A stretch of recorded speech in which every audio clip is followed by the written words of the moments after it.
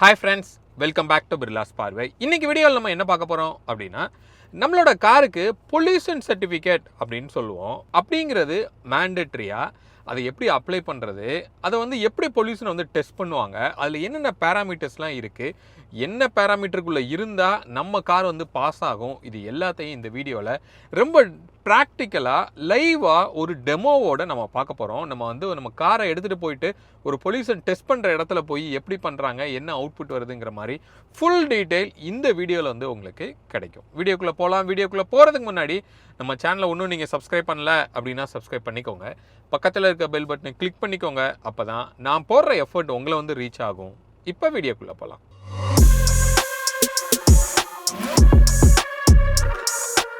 Friends, இதை வந்து ஒரு தியரிட்டிக்கல் கண்டென்ட்டாக பண்ணுறதை விட இது பற்றின நிறைய கொஸ்டின்ஸ் வந்து நம்மளோட சேனலில் வந்து வந்திருக்கு, நம்ம மெயிலுக்கும் வந்திருக்கு, நம்ம இன்ஸ்டாவில் டிஎம்லையும் நிறையா பேர் கேட்டிருக்காங்க. அப்போ அந்த ஒரு கொஸ்டினை ஆன்சர் பண்ணிட்டாவே ஆல்மோஸ்ட் இந்த கண்டென்ட் வந்து ஃபுல்லாக கவர் ஆகும் அப்படின்னு சொல்லி நம்ம சொல்லலாம். அதில் ஃபஸ்ட்டு கொஸ்டின், இந்த மாதிரி பொல்யூஷன் சர்டிஃபிகேட் அப்படிங்கிறது நம்ம ஆன்லைனில் அப்ளை பண்ண முடியுமா அப்படின்னு சொல்லி ஒரு கொஸ்டின் இருக்குது. இந்த பொல்யூஷன் சர்டிஃபிகேட் அப்படிங்கிறது என்ன அப்படின்னா PUCC அப்படின்னு சொல்லுவோம். அதாவது பொல்யூஷன் அண்டர் கண்ட்ரோல் சர்டிஃபிகேட் அப்படின்னு சொல்லுவாங்க. அதுதான் PUCC. இதை வந்து ஆர்டிஓட சைட், அதாவது வாகன் சைட்டில் போய் நம்மளால் டவுன்லோடு தான் பண்ணிக்க முடியுமே தவிர நம்ம அதில் அப்ளை பண்ண முடியாது. அதாவது நீங்கள் ஃபிசிக்கலாக உங்கள் காரை எடுத்துகிட்டு போய் அதை டெஸ்ட் பண்ணி தான் இந்த சர்டிஃபிகேட் அப்படிங்கிறது வந்து உங்களுக்கு கொடுப்பாங்க. அப்போ நீங்கள் ஆன்லைனில் என்ன பண்ண முடியும் அப்படின்னு கேட்டிங்கன்னா, உங்களோட சர்டிஃபிகேட்டோட ஸ்டேட்டஸ் வந்து நீங்கள் பார்த்துக்கலாம். இது இப்போது எக்ஸ்பைரி ஆயிருச்சா, இல்லை எக்ஸ்பைரி ஆகிறதுக்கு எவ்வளோ நாள் இருக்குது, ஆக்டிவாக இருக்கா இல்லையா அப்படிங்கிறத நீங்கள் பார்த்துக்கலாம். அதே மாதிரி இன்கேஸ் உங்களோட சர்டிஃபிகேட்டை வந்து நீங்கள் தொலைச்சிட்டிங்க அப்படின்னா அந்த வாகன் சைட்டில் இருந்து உங்களால் டவுன்லோட் பண்ண முடியும். அப்போது புதுசாக வந்து நீங்கள் அதை அப்ளை பண்ணுறது அப்படிங்கிறது ஆன்லைனில் முடியாது, நேரில் போய் தான் நீங்கள் பண்ண முடியும். இந்த பர்டிகுலர் டாக்குமெண்ட், அதாவது இந்த சர்டிஃபிகேட் வந்து ஒரு 4 வீலருக்கும் 2 வீலருக்கும் மேண்டேட்ரியா அப்படின்னு கேட்குறாங்க. Of course S. உங்கள் காருக்கும் சரி, உங்கள் 2 வீலருக்கும் சரி, அதாவது ஒரு பைக்காக இருக்கலாம், இன்ஃபேக்ட் ஸ்கூட்டராக இருந்தால் கூட இந்த PUC அப்படிங்கிறது கண்டிப்பாக நீங்கள் வச்சுருக்கணும். இன்கேஸ் இப்போ தமிழ்நாட்டில் நிறையா போலீஸ் வந்து நமக்கு பிடிக்க ஆரம்பிக்கிறாங்க இது பற்றின பர்டிகுலர் செக்குக்காக, ரைட்? ஸோ அதோட ஃபைன் அப்படிங்கிறது ரொம்பவே அதிகமாக இருக்கும். ஆன்லைனோட டீட்டெயில் படி ஃபஸ்ட் டைம் வந்து நீங்கள் மாட்டுறீங்க அப்படின்னா 1000 ரூபாய், 2வது தடவை மாட்டுறீங்கன்னா 2000 ரூபாய்.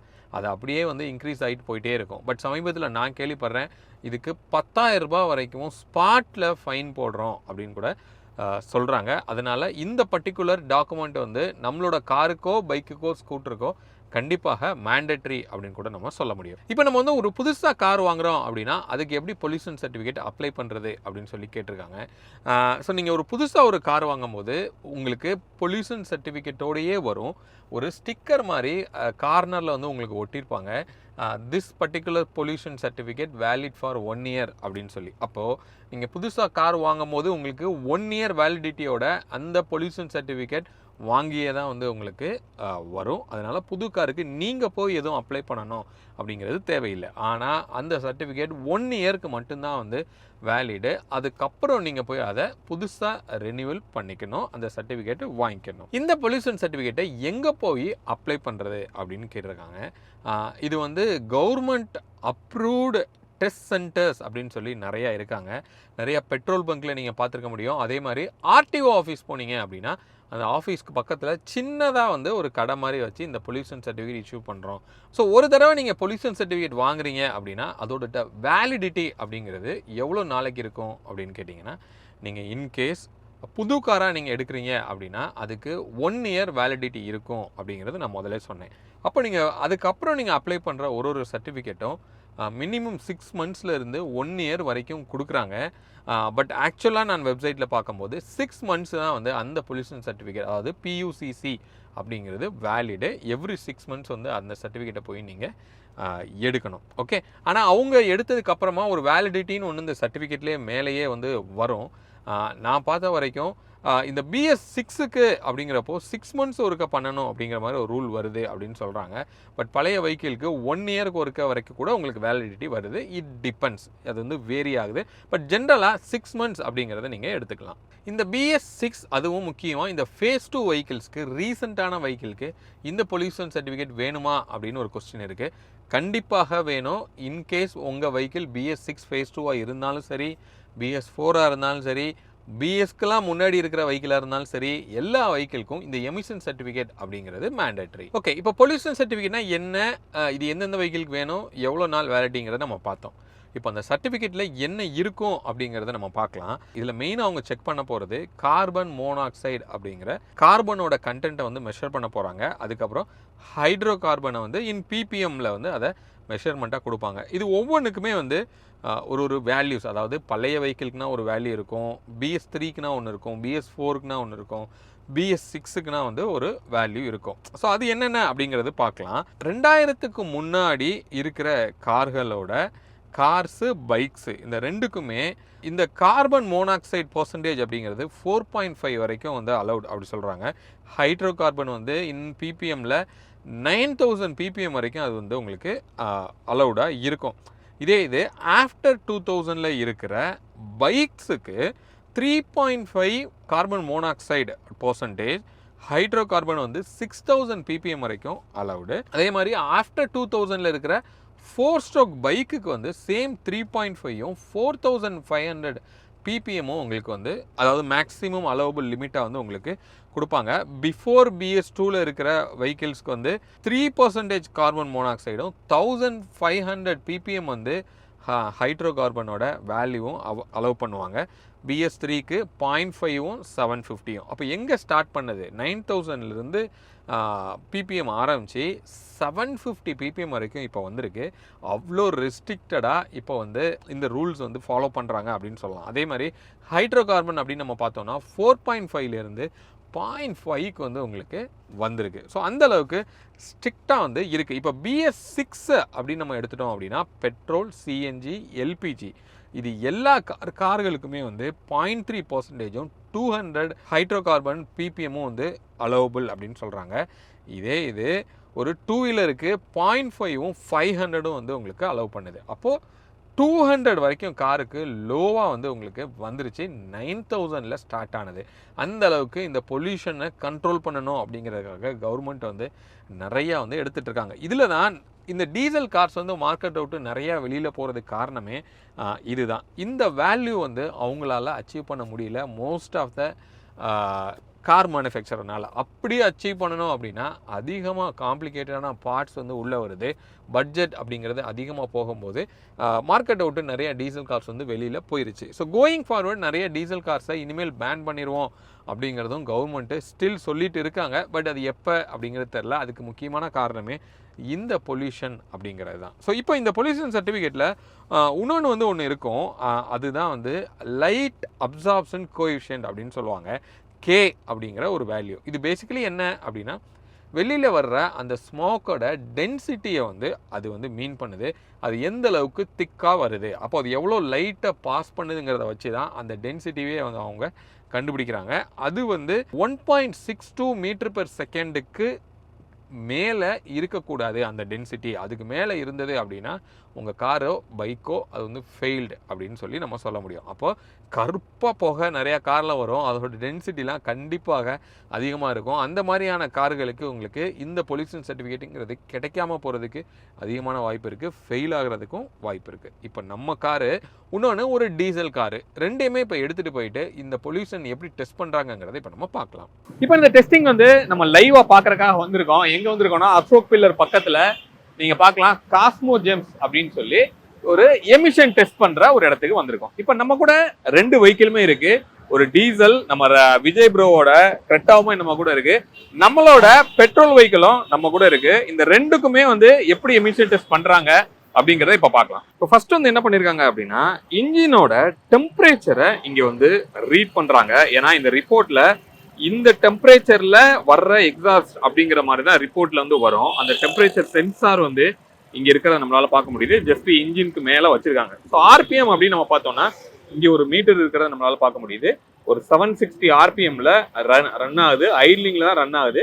கீழே வந்து டெம்பரேச்சர் அப்படின்னு சொல்லி ஒரு ரீடிங் இருக்கிறத நம்மளால பார்க்க முடியுது. அப்போ 760 ஆர்பிஎம்ல ரன் ஆகும்போது இங்க எவ்வளவு டெம்பரேச்சர் வரப்போகுது அப்படிங்கிற ரீடிங் தான் வந்து இங்க எடுக்கிறாங்க. அப்ப இந்த டெம்பரேச்சர்ல எவ்வளவு எக்ஸாஸ்ட் வருது அப்படிங்கிறத நம்ம பார்க்கலாம்.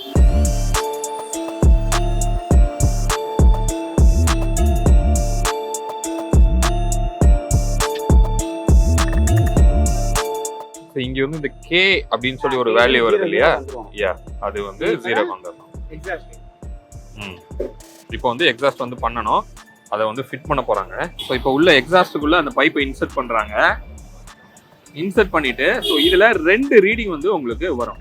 இப்போ வந்து அந்த எமிஷன் முடிச்சதுக்கு அப்புறமா நமக்கு ஆன்லைன்ல அப்லோட் பண்றாங்க. இந்த வெஹிக்கிளோட நம்பர்ல டைரக்டா வாகனோட சைட்ல வந்து இது அப்லோட் ஆகுது. இப்போ ஒரு BS6ல இருக்கிற ஒரு டீசல் வெஹிக்கிள் கிரெட்டாவோட டெஸ்ட் வந்து நம்ம பண்ணோம், ரிசல்ட் இருக்கு, அப்புறமா டிஸ்கஸ் பண்ணலாம். இப்போ அடுத்து நம்ம பண்ண போறது நம்ம காரு BS3ல இருக்கிற ஒரு பெட்ரோல் இன்ஜின்ல இருக்கிற பொல்யூஷன் எப்படி வருதுங்கிறத நம்ம பார்க்கலாம். இப்போ நம்மளோட i10க்கு இந்த டெஸ்ட் வந்து நம்ம பண்ண போறோம். ஃபர்ஸ்ட் வந்து நான் சொன்ன மாதிரி அந்த இன்ஜினோட டெம்பரேச்சர் வந்து மெஷர் பண்றாங்க. அது ப்ராப்ளி ஒரு 750க்குள்ள இருக்கணும் அப்படிங்கிறது தான் அவங்களோட ரெக்குவயர்மெண்ட். அதாவது ஒரு ஐட்லிங்ல 750 இருக்கணும். இப்போ அந்த மீட்டர்ல என்ன வருது அப்படிங்கிறத நீங்க வந்து பார்க்கலாம். ஸோ ஆர்பிஎம் வந்து க்ளோஸ் டு 730ல இருந்து வேரி ஆகி வருது. டெம்பரேச்சர் ரீடிங் வந்து இங்க வர்றத நீங்க இங்க பாக்குறீங்க ஜஸ்ட் லைவாவே. ஸோ ஆனால் ஆர்பிஎம் மட்டும் ஏறி இறங்குறது நம்மளால பார்க்க முடியுது. இப்போ ஸ்மோக் டெஸ்ட் வந்து பண்ணிருக்காங்க. அதுல ரொம்ப பெருசா இருந்தது டீசல் வண்டிக்கு, இதுல குட்டியா ஒரு சென்சார் மாதிரி ஒன்று இதுல இருக்கு. இப்போ உள்ள வந்து இன்சர்ட் பண்ணிருக்காங்க. இப்போ இந்த ஸ்மோக்கை வந்து டிடெக்ட் பண்ணிருக்காங்க. இப்போ வந்து ஒரு ஐட்லிங்ல தான் வந்து இந்த டெஸ்ட் நடக்குது. அதுக்கப்புறமா ஆர்பிஎம் லைட்டை இன்க்ரீஸ் பண்ணி 2500 வரைக்கும் அந்த டெஸ்ட்டுமே பண்ணுவாங்க. ஸோ அப்போ பெட்ரோல் அப்படின்னு வரும்போது இந்த டெம்பரேச்சர் அண்ட் இந்த ஸ்மோக்கு ரெண்டையுமே வந்து ஒரே நேரத்தில் வந்து பண்றாங்க. டீசல்ல வந்து ரெண்டையும் தனித்தனியா உங்களுக்கு பண்ணாங்க.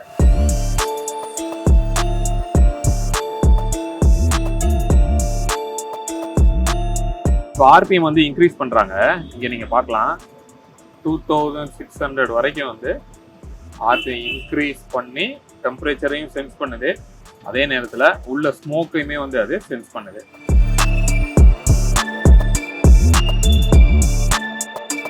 இப்போ நம்ம வந்து அந்த சர்டிஃபிகேட் வந்து எடுத்துகிட்டு வந்தாச்சு. எப்படி டெஸ்ட் பண்ணாங்க அப்படிங்கிறத நீங்கள் பார்த்தீங்க.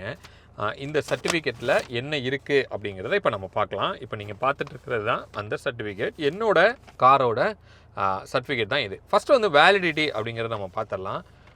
நமக்கு வந்து 2025 8th month வரைக்கும் நமக்கு வேலிடிட்டி கொடுத்துருக்காங்க. 1 இயருக்கு நமக்கு வேலிடிட்டி கிடச்சிருக்கு. ஸோ நான் சொன்ன மாதிரி 6 monthsலேருந்து 1 year வரைக்கும் உங்களுக்கு கிடைக்கும் அப்படின்னு நான் சொல்லியிருந்தேன். 1 இயருக்கு நமக்கு கொடுத்துருக்காங்க. ஓகே, இப்போ இந்த டேபிள் இங்கே கீழே இருக்குது பார்த்தீங்களா, இந்த டேபிளில் தான் வந்து என்னென்ன வேல்யூஸ் வந்து இருக்குது அப்படிங்கிறத பொறுத்து தான் இது பாஸ் ஆஃப் ஃபெயிலாங்கிறது. ஐட்லிங் எமிஷன், அதாவது வண்டியை சும்மா ஐட்லிங்கில் விட்டுட்டு டெஸ்ட் பண்ண எமிஷன் வந்து நம்ம பார்க்கலாம். நம்மளோட கார் வந்து BS4 BS6 வந்து கிடையாது. அப்போ BS4ல் 0.3 வரைக்கும் மேக்ஸிமம் அலோவ் பண்ணுறாங்க. நம்மளோட காரில் 0.06 வந்து இருக்குது. நெக்ஸ்ட்டு வந்து ஹைட்ரோ கார்பன் அப்படிங்கிற அந்த PPMோட வேல்யூ வந்து 200 வரைக்கும் அலோவ் பண்ணுவாங்க. நம்மக்கிட்ட நம்ம காரில் வந்தது 86 வந்து உங்களுக்கு அதில் வந்திருக்கு. நெக்ஸ்ட்டு ஹையர் ஐட்லிங், அதாவது நல்லா ரைஸ் பண்ணி இதே டெஸ்ட்டை வந்து நமக்கு பண்ணியிருக்காங்க. அதில் கார்பன் மோனாக்சைடு CO வந்து 0.05 வந்து நமக்கு வந்திருக்கு. சேம் 0.2 வரைக்கும் தான் வந்து அது வந்து அலவுடு ஹையர் ஆர்பிஎம்மில். நெக்ஸ்ட்டு ஆர்பிஎம் பார்த்தோன்னா 2500 ±200 வரைக்கும் அவங்க பண்ணணும். 2620 வரைக்கும் நம்ம அதில் டெஸ்ட் பண்ணியிருக்காங்க. லாம்டாங்கிற வேல்யூ 1 வந்து மேக்ஸிமம் அலவுடு, 1 ±0.03. நம்ம அதில் 1.01 வந்து நமக்கு இருக்குது வித்தின் த லிமிட். நெக்ஸ்ட் வந்து ஸ்மோக்கோட டென்சிட்டி லைட் அப்சார்ப்ஷன் கோஎஃபிஷியன்ட் அப்படின்னு சொல்லி நம்ம சொல்கிறோம். அது வந்து 1 m/s வந்து நமக்கு இதில் இருக்குது. அதுதான் அந்த டென்சிட்டி அப்படின்னு சொல்லி நம்ம சொன்னோம். இதுதான் வந்து இந்த சர்டிஃபிகேட், இதில் இருக்கிற வேல்யூஸ். ஸோ இதை வச்சு தான் நமக்கு வந்து இப்போ நமக்கு பாஸ்ன்னு சொல்லி நமக்கு ஒரு சர்டிஃபிகேட் கொடுத்துருக்காங்க. இது மாதிரி தான் ஒரு காருக்கு இருக்கும். இது பெட்ரோல் கார். இப்போ டீசல் காரு நம்ம இன்னொன்று கிரெட்டாவோட டீசலுக்குமே அந்த டெஸ்ட்டை வந்து நம்ம பண்ணியிருந்தோம். அதோட ரிப்போர்ட்டும் நம்ம பார்த்துடலாம். இதுதான் அதோட ரிப்போர்ட். இதுக்கும் வந்து 25 வரைக்கும் உங்களுக்கு வேலிடிட்டி கொடுத்துருக்காங்க 1 இயருக்கு. இது BS6 ஃபேஸ் 2 கிடையாது, BS6ல் இருக்கிற ஒரு காரு. இதில் பார்த்தீங்க அப்படின்னா இந்த டேபிளோட ரிசல்ட்ஸ் வந்து கொஞ்சம் டிஃப்ரெண்ட்டாக இருக்குது பெட்ரோலுக்கும் டீசலுக்கும். இதில் கார்பன் மோனாக்சைடு டெஸ்ட் பண்ணியிருக்காங்க, ஹைட்ரோ கார்பன் டெஸ்ட் பண்ணியிருக்காங்க. அது வந்து ஐட்லிங்கில் டெஸ்ட் பண்ணல, ஒன்லி ஹையர் ரெவில் மட்டும்தான் வந்து டெஸ்ட் பண்ணியிருக்காங்க. ஐட்லிங்கில் அந்த வேல்யூ வந்து அவங்க எடுக்கலை, டீசலுக்கு பண்ண மாட்டாங்களாமா. ஹை RPMல 2500 வரைக்கும் அவங்க எடுத்ததில் 0.25 வந்து ஸ்மோக்கோட டென்சிட்டி வந்து உங்களுக்கு வருது, லாம்டா வந்து எடுக்கல. மொத்தத்துக்கே ஒரே வேல்யூ தான் வந்து எடுத்திருக்காங்க. அந்த ஸ்மோக்கோட டென்சிட்டி மட்டும்தான் டீசலுக்கு செக் பண்ணுவாங்களாமா. அது வந்து 0.25 வந்திருக்கு, லிமிட் வந்து 0.7. அப்போது பெட்ரோலாக இருந்தால் வேல்யூஸ் அதிகமாக அவங்க ரீடிங் எடுக்கிறாங்க, டீசலாக இருந்தால் அந்த ஸ்மோக்கோட டென்சிட்டி மட்டும்தான் வந்து இங்கே ரீடிங்கில் வருது. சரியா? இதுதான் வந்து நம்ம எடுத்த அந்த பொல்யூஷன் சர்டிஃபிகேட்டு எவ்வளோ இருந்தால் பாஸு, அதில் எப்படி வந்து நமக்கு எடுக்கிறாங்க அப்படிங்கிற ஒரு ப்ராசஸ். ஸோ அப்போ இதுலேருந்து நம்ம என்ன தெரிஞ்சுக்கிட்டோம் அப்படின்னா, கண்டிப்பாக எல்லா காருக்கும் இந்த பொல்யூஷன் அண்டர் கண்ட்ரோல் சர்டிஃபிகேட் அப்படிங்கிறது மேண்டட்ரி. கண்டிப்பாக எடுத்து வச்சுக்கோங்க. அது எங்கெங்கெல்லாம் பண்ணலாம் அப்படின்னா, அது ஆத்தரைஸ்டு டெஸ்ட் சென்டர்ஸ் நிறைய இருக்குது. ஒரு பெட்ரோல் பங்க்ஸ்லேயும் வச்சுருக்காங்க. அதே நேரத்தில் தனியாக வந்து RTO பக்கத்தில் ஒரு சென்டர் மாதிரி வச்சு அங்கேயும் வந்து டெஸ்ட் பண்ணுறாங்க. ஸோ அந்த மாதிரி இடத்துல போய் நீங்கள் டெஸ்ட் பண்ணி இந்த மாதிரி சர்டிஃபிகேட்டுக்கு வந்து நீங்கள் வாங்கி வச்சுக்கணும். இன்கேஸ் போலீஸ் வந்து உங்களை பிடிக்கிறாங்க அப்படின்னா இந்த சர்டிஃபிகேட் கண்டிப்பாக நம்ம ப்ரொடியூஸ் பண்ணணும். ஸ்பாட்டில் 10,000 வரைக்கும் ஃபைன் வந்து இப்போது போட்டுட்ருக்காங்க. ஸோ கண்டிப்பாக உங்களோட வெஹிக்கிளுக்கும் இந்த டெஸ்ட்டை வந்து எடுத்து வச்சுக்கோங்க. அதோட வேலிடிட்டி எல்லாத்தையும் செக் பண்ணுறதுக்கு வாகனோட சைட்டில் இருந்து நீங்கள் பார்த்துக்கலாம். அதை டவுன்லோடும் நீங்கள் பண்ணிக்கலாம். மீண்டும் அடுத்த வேறு ஒரு வீடியோவில் உங்களை வந்து நான் சந்திக்கிறேன். அது வரைக்கும் உங்களிடமிருந்து விடைபெறுவது உங்கள் பிர்லா. பை.